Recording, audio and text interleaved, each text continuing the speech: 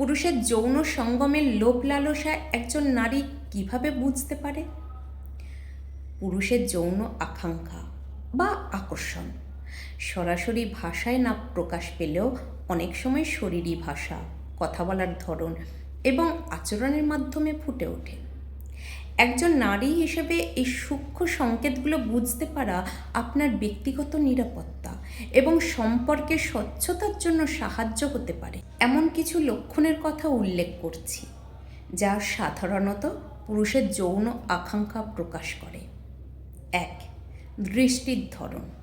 দৃষ্টি মানুষের মনের ভাব প্রকাশের প্রথম মাধ্যম।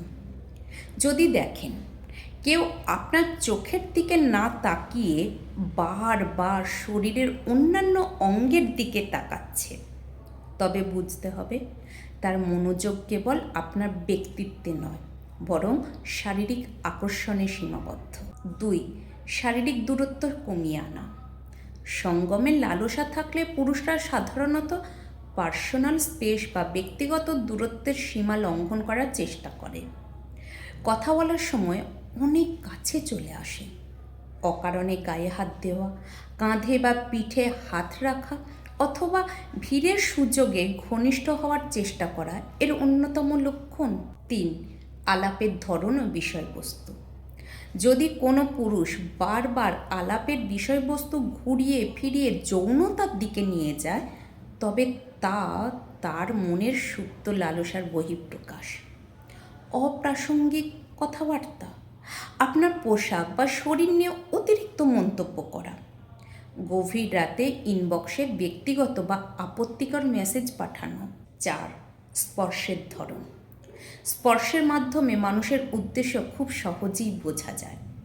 যদি তার স্পর্শে কোনো প্রয়োজনীয়তা না থাকে এবং তা যদি দীর্ঘস্থায়ী বা অস্বস্তিকর হয়, তবে সেটা লালসার লক্ষণ হতে পারে। যেমন হ্যান্ডশেক করার সময় দীর্ঘক্ষণ হাত ধরে রাখা বা আলতো করে আঙুল ঘষা। 5. গলার স্বরের পরিবর্তন। গবেষণায় দেখা গেছে পুরুষরা যখন প্রচণ্ড যৌন আকর্ষণ অনুভব করে, তখন তাদের গলার স্বর কিছুটা ভারী বা গভীর হয়ে যায়। এটা অবচেতনভাবেই ঘটে। আপনার যা লক্ষ্য রাখা উচিত, লালসা এবং ভালোবাসার মধ্যে একটা সূক্ষ্ম পার্থক্য আছে।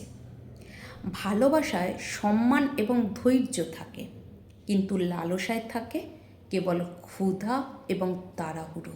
সতর্ক সংকেত। যদি কারো আচরণে আপনার ভেতরে সহজাত প্রবৃত্তি বলে যে কিছু একটা ঠিক নেই, তবে সেই অনুভূতিটাকে গুরুত্ব দিন। আপনার অস্বস্তি হলো সবচাইতে বড় সংকেত।